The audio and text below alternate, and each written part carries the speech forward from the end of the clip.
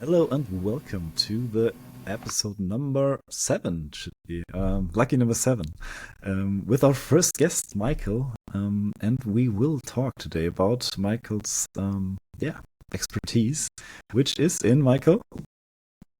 Well, today it's artificial intelligence. There's other stuff I've moved on past IT. I still am involved in, but AI is current focus. Yeah.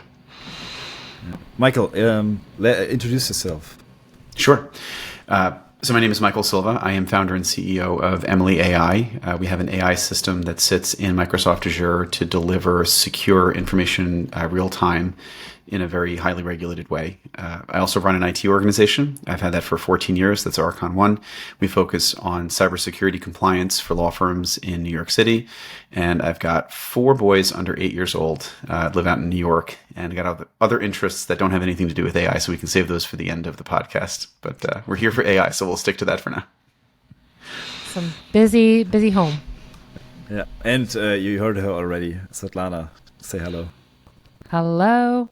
Yeah, we were just, we actually had a false start, I want to say 2 weeks ago. So we kind of met each other and we've done these intros. But fun fact, Mike has 4 kids. I have 3, and then Edgar has 2. So we have a good diversity here of kid representations and busyness at the home. So, Mike, can you tell us a little bit more? So one of the things that I think as it relates to AI, just a very highly talked about topic is building trust with AI. And I think AI compliance, building trust, and they kind of go hand in hand. One of the things that I want you to kind of ask, since you work with a lot of clients in the highly regulated industry of kind of, legal, not even regulated, but I would say where trust is key in delivering or kind of outputs behind these LLMs. So how do you go about kind of addressing and helping roll out or helping implement some of these LLM systems while building trust with your legal customers? And I'd love for you to dive into any use cases you could speak about as examples. Yeah, sure. So trust is earned in general, right? That's between people and machines. And I think that one of the easiest ways to ensure that you're getting a trusted answer is to start with accurate data, right? This is commonly known in the industry as RAG, but that's a technical term. If you're not in the industry, you wouldn't know what that is, and that's fine. Basically, what it means is that you're asking AI to give you an answer from data that you know is true, right? Also known as garbage in, garbage out. Okay, so there's a couple of ways you can go about that, but at the end of the day, it really depends on what you're storing and also how you're asking the question. So the nature of AI systems today, and I'm not talking about like the 1980s, 1990s, because yes, AI did exist back then. I can give you guys a couple of YouTube video links if you like. The way that we know AI today is generative AI. Right, so a lot of people are focused on GPT 3.5 and GPT 4, and nobody tends to think about GPT 2 or GPT 1 or GPT beta or anything else, right? It's just the starting point is 3.5, right? That's how everybody mentally thinks about it. And the model that everyone was exposed to in the last year and a half is a generative model, which means that it's taking a statistically probabilistic outcome from a data set and repeating back a version of that to you based on data that it knows, right? So where this can go right is if you have data that you trust, you can get back a relatively accurate answer. When I say relatively, because it's generating it, right? Where it can go wrong is if you are asking it to answer a question and you don't understand where the data is coming from, or if you are asking a system that does not have the capability to say no if it doesn't understand the answer, right? So an acceptable answer from a human in building trust is, I don't know, but I'll find out, right? That's something that you want to hear. Yeah. Right? Particularly if you have like a job interview with somebody. What you don't want to hear is the wrong answer, right? Or a fake answer or BS. Like that's like the biggest, we're not going to continue this interview type answer, right? So unfortunately with machines, there's the double standard of we're very forgiving of human beings when they make mistakes. We are extremely unforgiving of machines. So the odds are already stacked against the machine to begin with. Right. So the question of building trust is kind of a 2-part thing, right? Just to close up on the thought. I mean, the first part is data, of course, right? That's a very important part of the strategy. But the second part of it's the human interaction with it and the expectation setting, and really how you're using the tool in as much as the tool and the data behind it. I think Can I just expected. maybe layer a question on top of it? Because I know you talk about data and the importance of having a data strategy um, a lot on your LinkedIn posts. So, and as you mentioned, garbage in, garbage out. So how do you ensure you're putting in the right data into the system? Because if you're putting in the wrong documents and you're prompting the system, so what does AI know any different? So if you've loaded that data, does it just query everything that's possible? Is it on the humans to kind of clean up the data and to embed trustworthy data into the AI system? Or can you just throw all of the data that you have basically and then let AI figure it out? What are kind of some of the best practices? So this is a really loaded question. So AI is not going to know the correct answer, right? It can't. What AI can do at best is give you an accurate estimation of a correct answer based on data that you have. Now, if you're looking for a degree of confidence, again, to go into the technical end of things, if you're building it, there's a system called RAGAS, RAGAS, that you can look up that will give you a statistical probability for how close the answer should be to being accurate. However, like talking to a person, unless you just trust that person to know what they're talking about, you cannot assume something is factually true. And assuming what something is factually true is being actually true is like a philosophical question, right? Because it really is by consensus. That's what we consider to be true, right? If you look at like the philosophical definition of truth, it's consensus. The way we use words, which is how LLMs work, to describe a concept is the same way that we use words to describe things that we see in real life that we consider to be true, right? So my shirt's white today, right? Yesterday was salmon, which is one of my other favorite colors, right? But today it's white. If everybody started calling this a different color with a different set of words, we would say it's a different color, right? Yeah. So the question is really what is true, and it's what's commonly accepted as true. So LLMs aren't any different in that regard, right? What they're doing is they're taking data that it sees as being true, and it's returning back an answer that it thinks is true because of what it's seeing. So the question is, how do you define truth? That's really the question that you're asking. And the answer to this question is, how are you managing the data behind the scenes?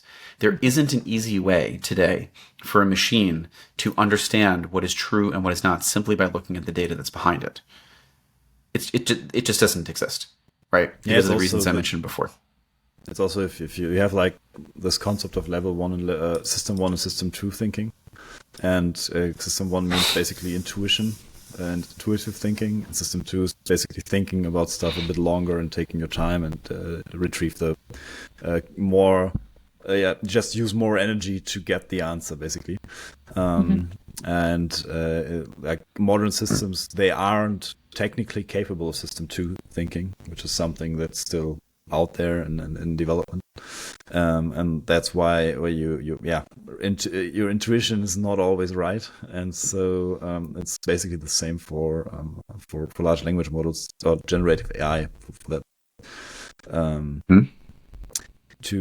They have a similar problem that they only can rely on intuition if you don't give them any knowledge, and like you said, it's a lot about statistics.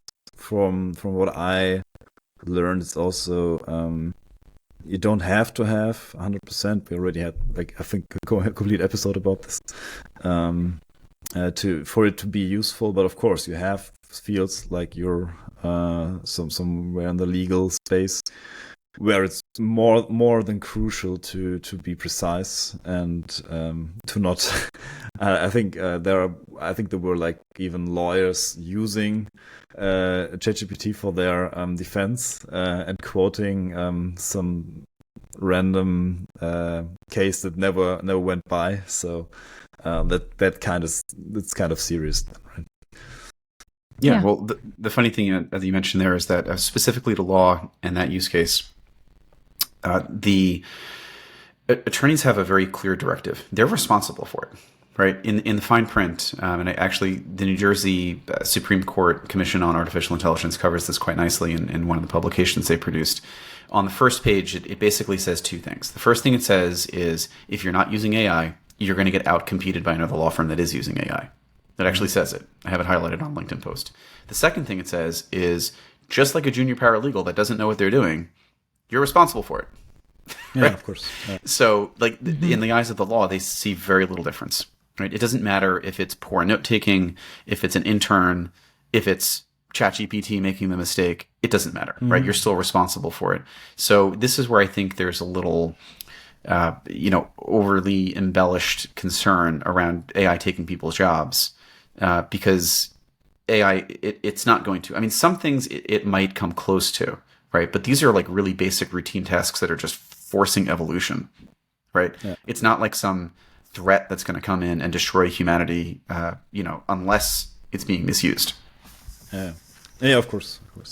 Have you heard about the case? So there is a new story that came out June of last year where a lawyer was basically representing a man for an airline, in some personal injury suit, and he used ChatGPT output, I think verbatim probably, from its output, and it cited fake use cases as defense to and things like that. So how do you feel that is this kind of what you were talking about? It's still the problem that the lawyer is really behind whatever the output that they're putting in front of the judges. So they're responsible, not ChatGPT. Is that kind of...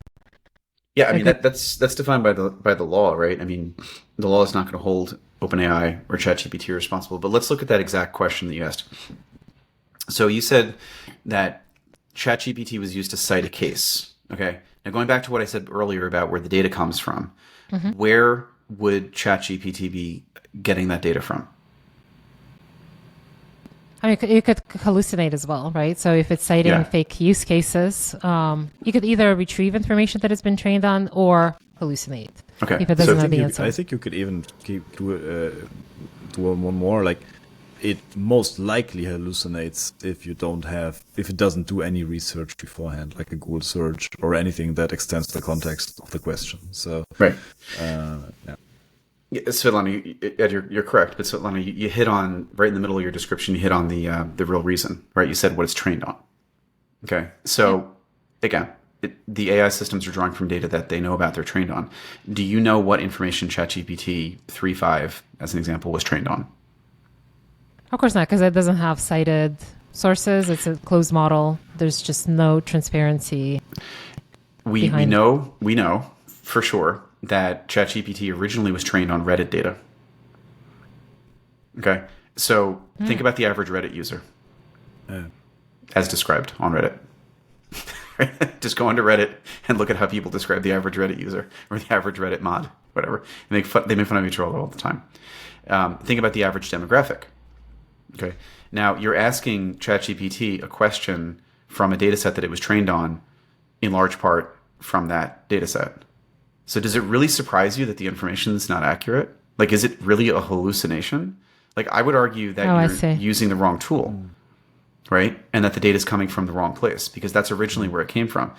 So about a month ago, $60 million was invested by some nameless company into Reddit, right? Recently, who didn't turn a profit for forever, by an unnamed company to get access to the data. It turned out to be Google.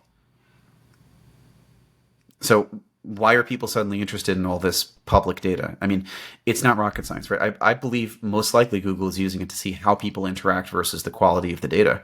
But even when Sam Altman came out and talked about the release of GPT 3.5, he said it's not a finished product. It's a proof of concept. It's an example. It's not really meant to be public. And everyone was blown away when they looked in the mirror of their own data and said, oh my God, it's alive. And it isn't. All right. And this is the biggest problem, is that people do not understand fundamentally how the answers are being generated. They don't understand where the data is coming from. They don't understand that things are missing. It's like that fourth unknown quadrant. If you don't know to look for a cited source, how can you justify whether or not the information is accurate based on a cited source if you don't know the source is supposed to be there to begin with? And nobody's even thinking about it. So that's another huge problem, right? So there's just so many issues with using this as the main interface to answer your questions, that approach is destined to fail, right? That's why this is this fallacy. That's why these attorneys are getting in trouble, because they're starting without any degree of education. They're starting depending on accuracy, and they really do not understand how the questions are being answered. It's like, would you hire a paralegal intern off the street and do this work for you? No. but you're doing it with ChatGPT, and somehow you're expecting magic. I mean, that's where the problems are coming from. I think it's in general, like I have talks to people like expecting the AI solution to work out of the box with their specific use case. Like, why? Why should it? So, like, it's not trained on anything you ever done. So why should it just work? And yeah, it's a general understanding. But I would love to emphasize one point, because like today is about data privacy and security. Public data is one thing, but I've seen also in a lot of your posts you like actually like warning people that there is a potential misuse of their data if they are not careful where they use ChatGPT or AI solutions in general.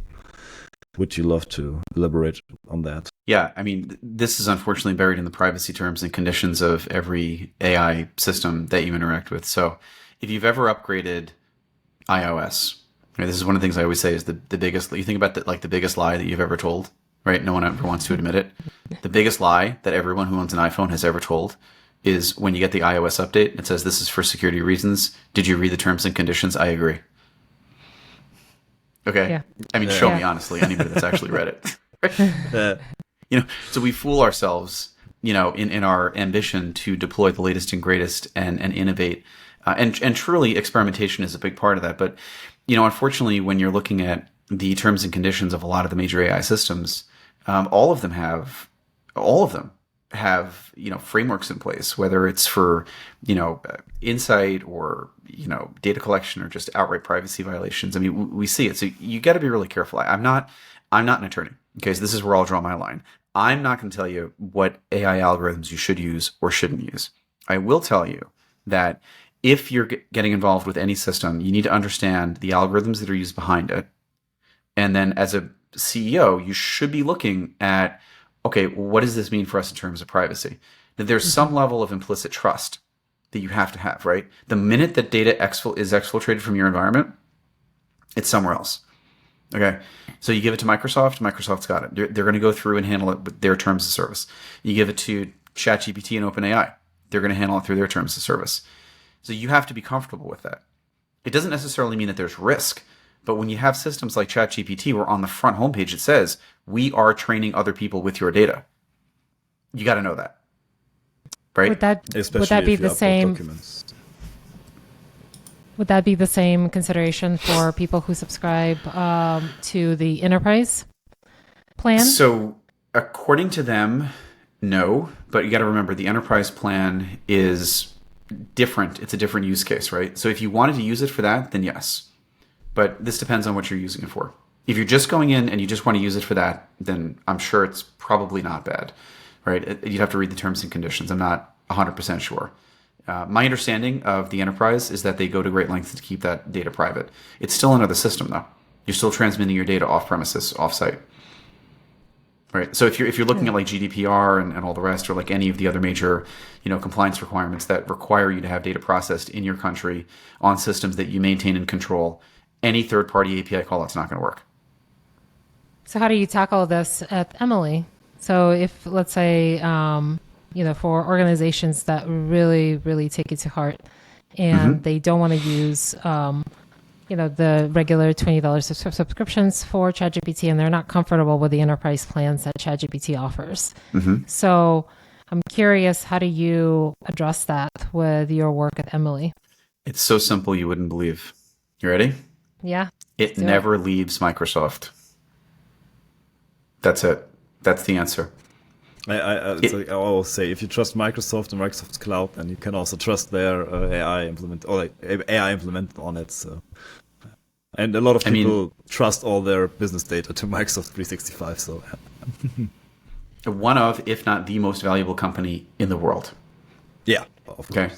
This is like almost question's almost a fallacy, right? Because you say, well, I don't trust them because they're so big and they can do whatever they want. Okay, so you go with a smaller guy, but the smaller guy is not going to have the resources that Microsoft has to provide the level of protection that Microsoft can.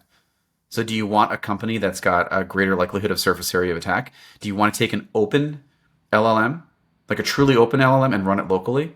But then you don't really understand what's going on in that code, right? because you don't monitor and deploy and install code for a living. So you don't really know what that code is doing. But hey, it's running locally. My data is not leaving my premises. Or is it? You don't know.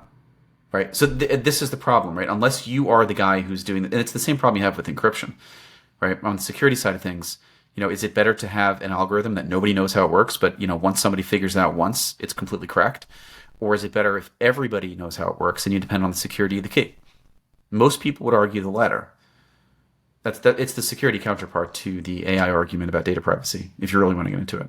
So it really is a chain of custody of trust, right? Where do you want your data to be? Who do you trust it with? And then can you put reasonable security controls in place to prevent exfiltration and manipulation? So you hit the confidentiality, integrity, and availability that's required. That's the CIA triad, right, for security of your data. And of course, that's going to involve a third party unless you're the guy writing your own LLM. But good luck with that. Even Sequoia Capital won't get behind you. One of the largest Silicon Valley investors in the world will not get behind brand new AI engine algorithm deployment. They're getting behind companies that are deploying AI. By the way, we have no investors, for the record. We're not looking for any. But they're not doing it because the battlefield is just too competitive and people are getting slaughtered left and right. And at the end of the day, it's all about people that are able, right, and people are going to be able to use AI are going to be the guys that are going to win. Yeah, and it is a resource issue. You're right. Yeah, that's why I personally look more positive on Facebook being in the open LLM space, because at least they have the resources to provide proper compute. But yeah, it's definitely interesting. From a privacy perspective, if I want to deploy my solution, like I have an internal use case I want to solve.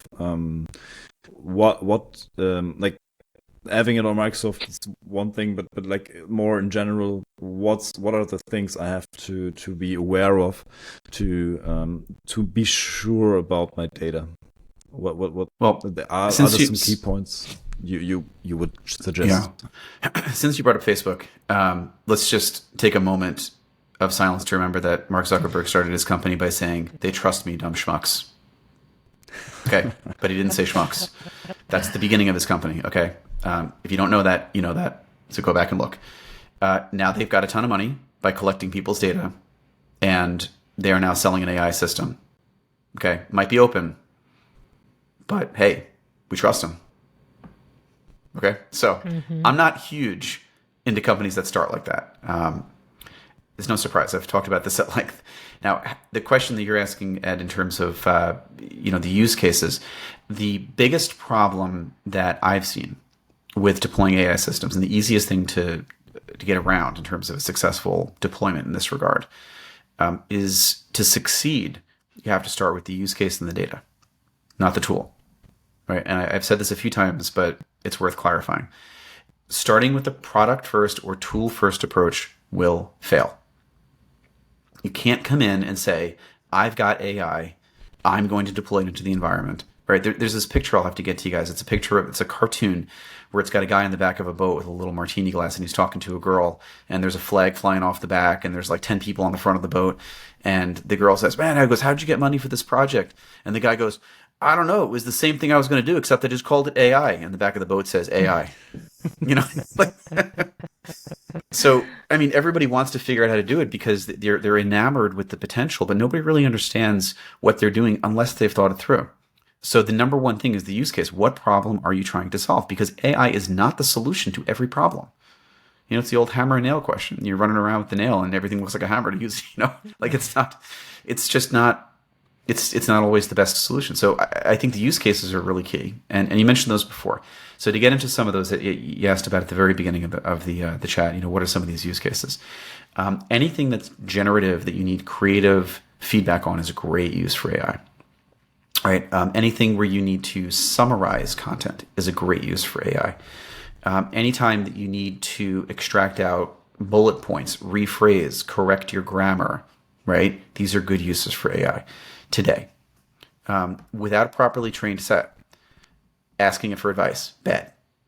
Asking it to do math for you, bad. Asking it for advice that involves math, probably the worst.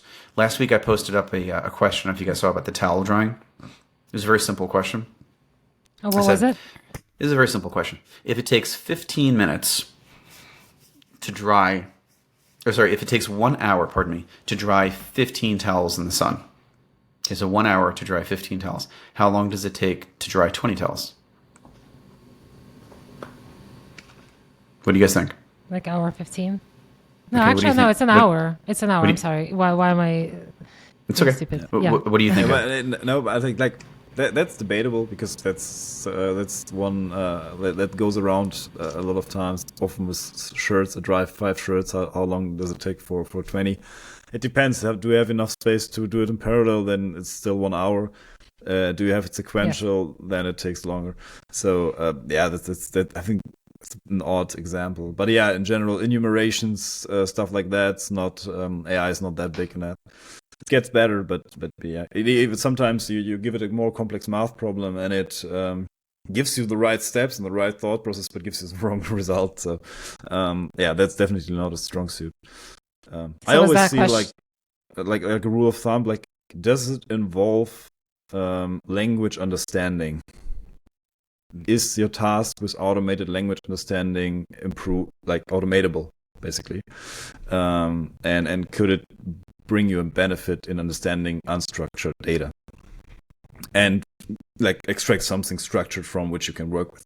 So that's basically how I always viewed it. Mm-hmm. Yeah. So I think you're right. And I think that the fact is that there is a clear answer if you make some assumptions. The sun is the same. You're not putting the extra 5 towels in the shade, blah, blah, blah, right? All that stuff. The conditions don't change. So that's where you will get back what I call the confidently incorrect answer, right? Because you get back the math formula. So Elena, you're correct. It's exactly how the AI started. It was your first thought. It started writing out the math formula, except it didn't know any better, right? So it just kept giving out this incredibly authoritative looking answer. And this is where it can kind of fall apart. So you want to talk about the not so great use of AI. If you don't know what's going on, and this is where a lot of people get confused. You ask AI a question. When I say AI, I mean most major, AI LLM systems like Copilot and Perplexity and others. The answer they give you back looks so authoritative, particularly if it's not a topic that you understand. You assume it must be true. And that's kind of like what Mark Twain said, right? It's easier to fool somebody than to convince them that they've been fooled. That's actually not exactly what he said. It was part of his book, but I have it written out in my elephant in the room post from earlier. But it's the general sentiment. Right. So the idea is that if you're not comfortable with the subject matter that you're asking it about and you get back the answer that looks correct, you're misleading yourself and you don't even know it. And I think that's the biggest challenge, because once you lock that information in, you go, this is the way it is. You start making other decisions based on that.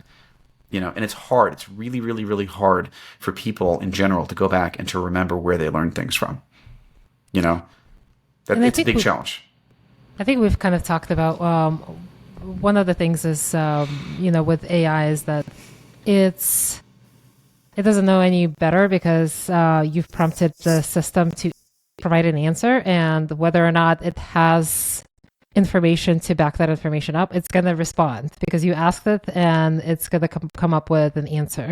And one example that we've provided before is, unlike children, so who you ask, you'd be like, hey, Tommy, what do you think this object is? And, they'll kind of look at you weird and say, I don't know, and run away. Mm-hmm. With AI systems, they don't do that. They don't respond, by default to say like, oh, this is not data that I currently have. I'm just going to take something that's maybe potentially related and become very creative and sound authoritative, as you mentioned. So it's hard to decipher when the information they output was in fact based on information that it was trained on versus completely like made up. But one of the things that I think we've kind of talked about before is RAG and citing references and citing documents. Is that a potential way to, again, build trust, but also validate or kind of understand, okay, well, should I be trusting this output? Is this something that does look reasonable as an output? So do you think that that's a good alternative, or do you think that we still have significant work to do beyond, the sources citations and RAG paradigms? Fantastic question. You're not going to like my answer. It's both. I'll give you an easy example, a very easy example. retrieval augmented generation, RAG, right, where you're pulling data from a document and you're getting a cited source, helps a lot. But here's where it falls apart. You have two versions of the same document with similar content. One's a month old, one's a month new. Okay, so now your mind starts racing. Well, I know how to solve that problem. I'll take the newer document, right? What if the newer document hasn't been validated? What if somebody uploaded it and they weren't supposed to? And it's not, the changes there aren't supposed to be reflected. You need to use the old information. Okay, well, let me go through a change control process. Okay, well, what's the change control process? Now, again, now you're getting to data. Okay, so now the question is it RAG? And this is why a tool-first approach fails. Because you can't go in and say, I'm putting a tool in and it's going to solve my problem, because it won't. Right? The problem you're dealing with is a data problem. So until you can solve for that human element of data qualification, the business process optimization, right, behind the scenes, you're not going to fix anything with AI. In fact, you may complicate it. And the worst part is that humans in general, like trusting things, it's like glass.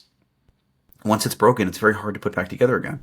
So you start looking at an AI system and it starts giving you, incredulous answers.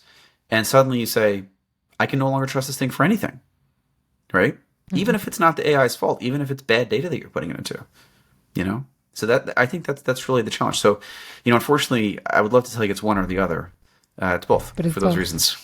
So what would be the best practices? So I know that, as you mentioned, so you do need to have, again, a strategy for managing data, managing versions, accuracy, probably taking care of bias and things like that. So what are some best practices for doing it right? So should you have, a data team that really strictly just focused before even implementing AI or even thinking about the solution, really focused on the data to figure out, what's relevant for my use case? Is this data relevant to the problem that we're trying to solve?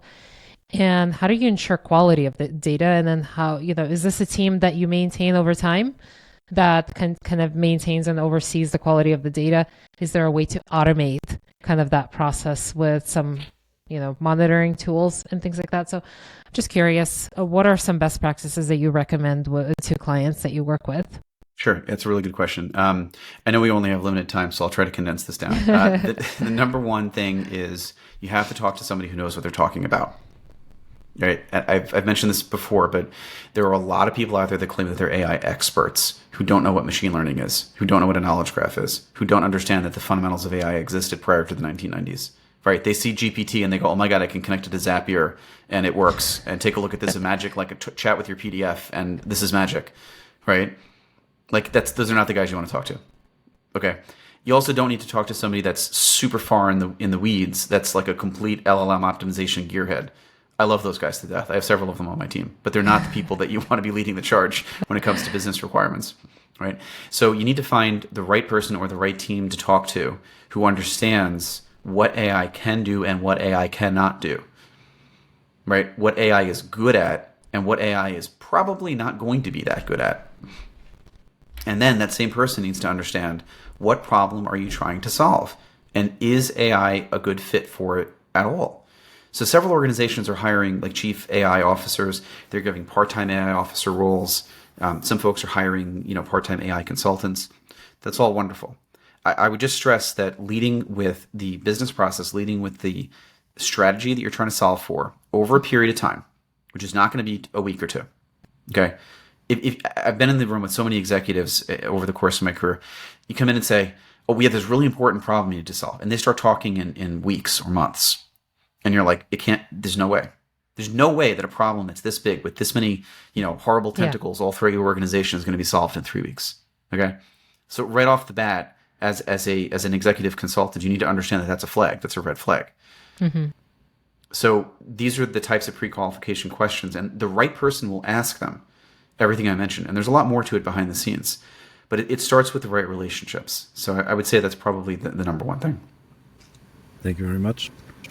So unfortunately we already chewed through half an hour, so it was kind of fast. Michael, really thank you very, very much. It was really really helpful to having your insight, also having the insight from someone who actually works with that stuff. So thank you very much. Yeah, we don't see, maybe on my side, kind of the ins and outs, the details that you kind of provided, especially on the data.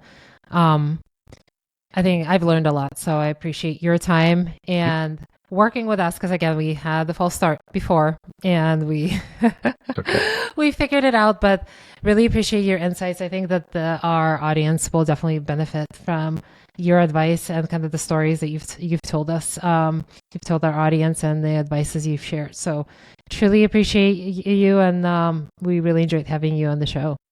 It's always a pleasure. Thanks for having me, guys. Yeah. Thank you. Bye-bye. This was Michael J. Silva, our first guest. And thank you, Michael, for that. And you can find Michael on LinkedIn and I think also on the web. Svetlana, can you help me out here?